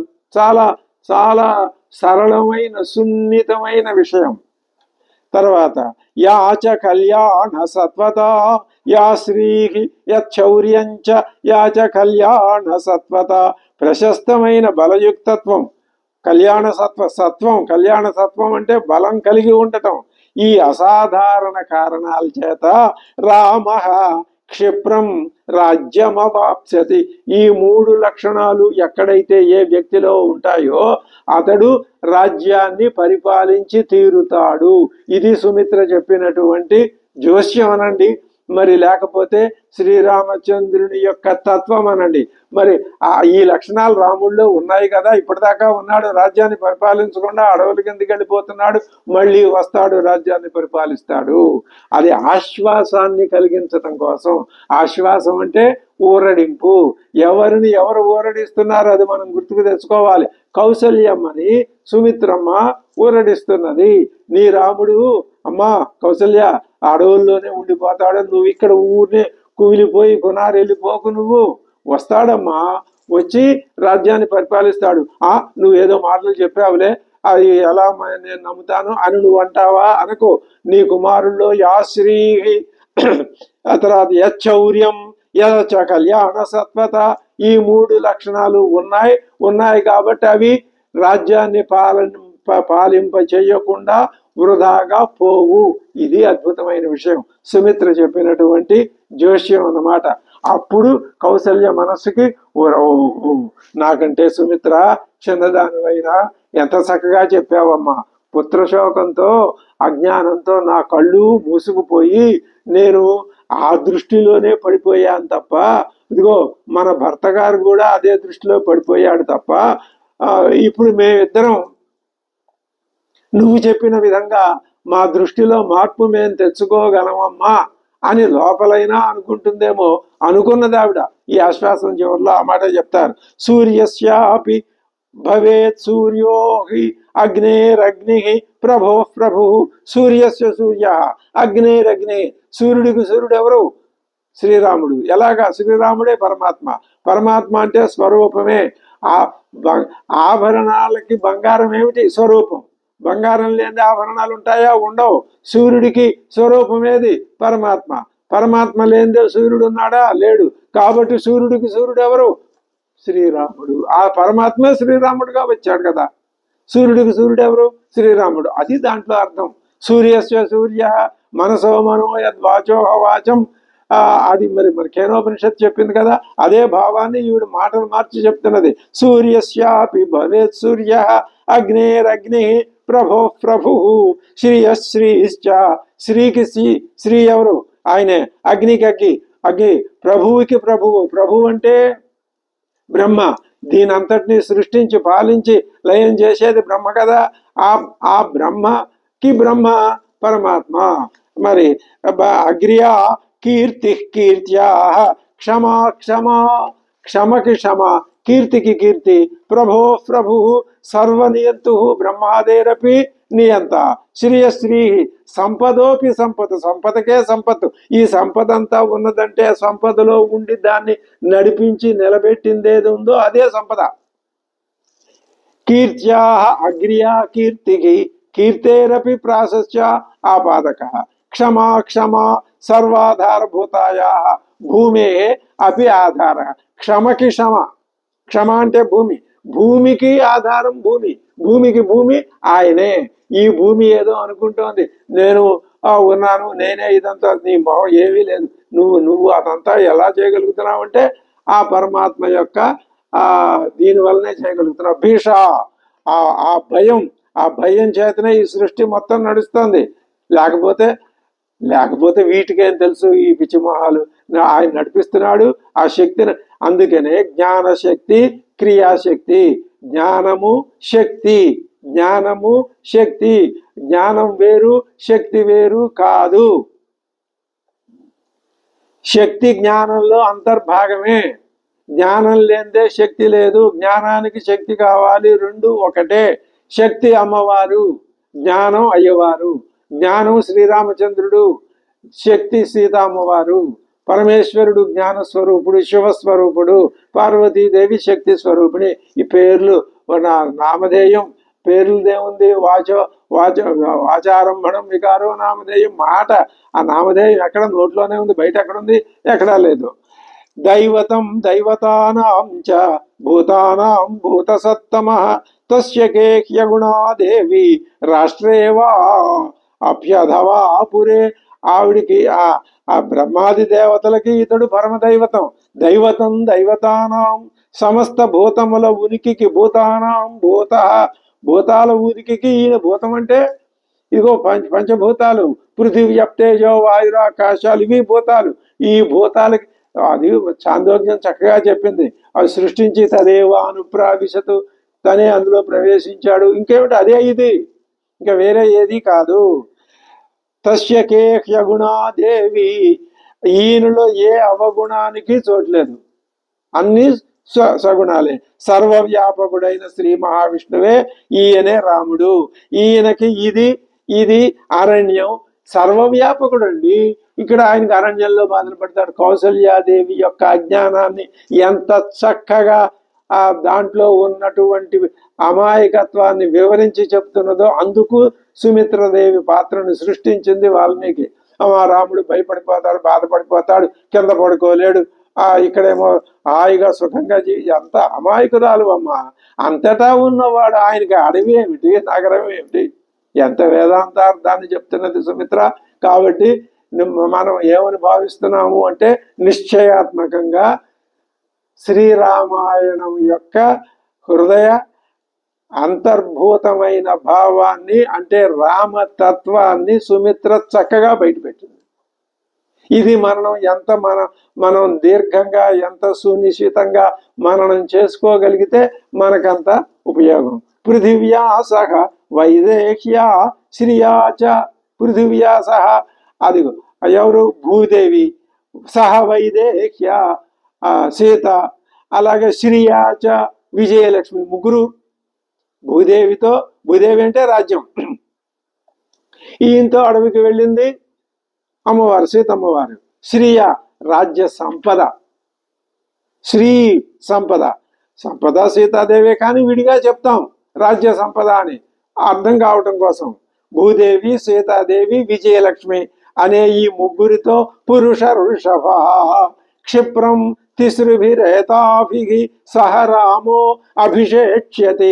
ఇంకా మనసులో ఏమాత్రం అనుమానం లేకుండా పరిపూర్ణమైనటువంటి విశ్వాసాన్ని కలిగిస్తున్నది సుమిత్ర కౌసల్యకి. ఎంత అద్భుతమైన ఉపదేశం. అడవులకు వెళుతున్న శ్రీరాముని చూసి నగరవాసులంతా విలపించారు. ఆయన్ని సీతేవ అనుగత లక్ష్మీ తస్య కిన్నామ దుర్లభం, ఆయనకు అసాధ్యం లేదు అన్నారు. ఇంకా బాణ ఖడ్గ అస్త్ర, ఇప్పుడు ఈ మాట కూడా సుమిత్రాదేవి చెప్తున్నది. ఏమని? శ్రీరాముడిని చూసి నగరవాసులంతా ఏమన్నారు? సీతేవ అనుగత లక్ష్మీ తస్య కిన్నామ దుర్లభం, ఆయనకు దుర్లభమైందేముందమ్మా అని నగర ప్రజలంతా అన్నారా లేదా? అలాగే నేను ఇంకో మాట చెప్తున్నాను విను. ఖడ్గ, బాణం, ధను, తూణీరాలు వీటిని ధరించి లక్ష్మణుడు కూడా ఆయనకు ముందు నడుస్తున్నాడు. ఇంకా ఆయనకు అపజయం ఎక్కడది? తన కుమారుడు వలననే రాముడు ఆ అపజయాన్ని పొందాడనే ఈషత్ గర్వం ఆమె సుమిత్రకు ఉండటంలో తప్పే ఉంది. అసలు ఆ లక్ష్మణుడిని ఆవిడ కన్నది అందుకే ఆ మాట చెప్పింది. నువ్వు పుట్టింది అందుకేరా బాబు అని చెప్పిందిగా ఆయనతో. కాబట్టి లక్ష్మణుడు ముందు వెళ్తున్నాడు. ఆయనకి ఏ ప్రమాదాలు, అపకారాలు ఇలాంటివేమీ రాకుండా ఆయన చూసుకుంటాడు. ఇంకా పరాజయం ఎక్కడదమ్మా? శ్రీరాముడు వనవాసం ముగించుకొని చక్కగా తిరిగి వచ్చేస్తాడు. నువ్వు ఏమాత్రం శోకించవద్దు. నార్ఘాత్వం శోచితం దేవి, ఎందుకమ్మా దుఃఖిస్తావు, విలపిస్తావు? చాలే ఊరుకో, ఆ కన్నీళ్లు తుడుచుకో, బాధపడకు, ఊరుకో. నహి రామాత్పరో లోకే విద్యతే సత్పదే స్థిత. అద్భుతమైన మాట. ఈ ఉపదేశానికి అంతటికి తలమానికమైన మాట. సత్పదే స్థిత, సత్ మార్గంలో. సత్ అంటే సత్యము, సత్య మార్గంలో ఉన్నవాడు రాముడు. ఎందుకని? ఆయనే సత్యం కాబట్టి, సత్య పరాక్రముడు కాబట్టి, సత్య స్వరూపుడు కాబట్టి, సత్య ధర్మరతుడు కాబట్టి ఆయనే పరమాత్మ. సత్ అంటే జ్ఞానమే, జ్ఞాన స్వరూపుడు కాబట్టి ఆయనే పరమాత్మ. మన దృష్టి ఆ విధంగా జ్ఞాన స్వరూపంగా మారిపోవాలి. అందుకే ఈ ఉపదేశం. నహి రామాత్పరో లోకే విద్యతే, రాముడి కంటే ఇతరుడు పరుడు ఎవరున్నారమ్మా లోకంలో? సత్పథంలో వెళ్తున్నవాడు. ఆయన ఎటు వెళ్ళినా అది సత్పథమే. సుమిత్రాదేవి ఆవిడ ఎటువంటిది అంటే వాక్య ఆ వాక్య కుశలు రారు. ఎన్ని మాటలు చెప్పింది, ఎంత చక్కగా చెప్పింది.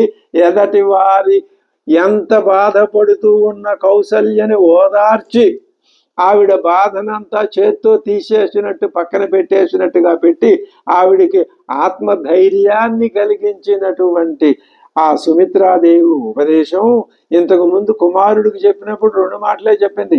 ఇప్పుడు కౌసల్యకి ఏమిటి ఇందులో పరమార్థం? కేవలం కౌసల్యకి, అక్కడ పక్కన ఉండి వింటున్న దశరథుడికి కాదు, మనలాంటి పాఠకులకి ఇది మనం గ్రహించవలసినటువంటి రామాయణ పరమార్థం. ఇది మనకే, ఇది ధ్వని కాదు. కౌసల్యకే అనుకుంటే ధ్వని లేదు, ఏమీ లేదు, మామూలుగా ఉండిపోతుంది. అలా కాదు. ఆశ్వాసయంతి వివిధైశ్చ వాక్యైః, అనేక రకాలైన వాక్యాలంటే 1, 2, 3, 4 అవి కాదు, అనేక రకాలు దృక్పథాలు, ఎన్ని రకాల యుక్తి ప్రయుక్తులు అందులో ఆవిడ మనకి ప్రయోగించిందో తెలుసుకోవాలి మనం. వాక్యోపచారే కుశలానవద్య, వాక్యోపచారంలో కుశలురాలు సుమిత్ర. అనవద్య, అవద్యము లేనిది, పాప స్పర్శయే లేనిది. రామస్యతాం మాతరం ఏవ ముక్త్వా, రామమాతరం ఏవం ముక్త్వా, శ్రీరాముని యొక్క తల్లి గారికి ఈ విధంగా చెప్పి దేవి సుమిత్ర విరరామ రామ, అట్లా గంగా ప్రవాహంలాగా శ్లోకం అలా వీరరామ రామ. రామ అంటే స్త్రీ, ఇక్కడెవరు? సుమిత్ర. వీరరామ ఇంకా చెప్పి చాలు, ఇంకెంతకంటే ఇంకెక్కువ చెప్పక్కర్లేదు. తప్పనిసరిగా ఆవిడికి కనుక ఏమాత్రం అర్థం చేసుకునే శక్తి ఉన్నా దీని వలన అర్థం చేసుకోగలుగుతుంది అనేటటువంటి ఆలోచనతో ఆమె సుమిత్రాదేవి చేసిన ఉపదేశం ఇది. స్వస్తి.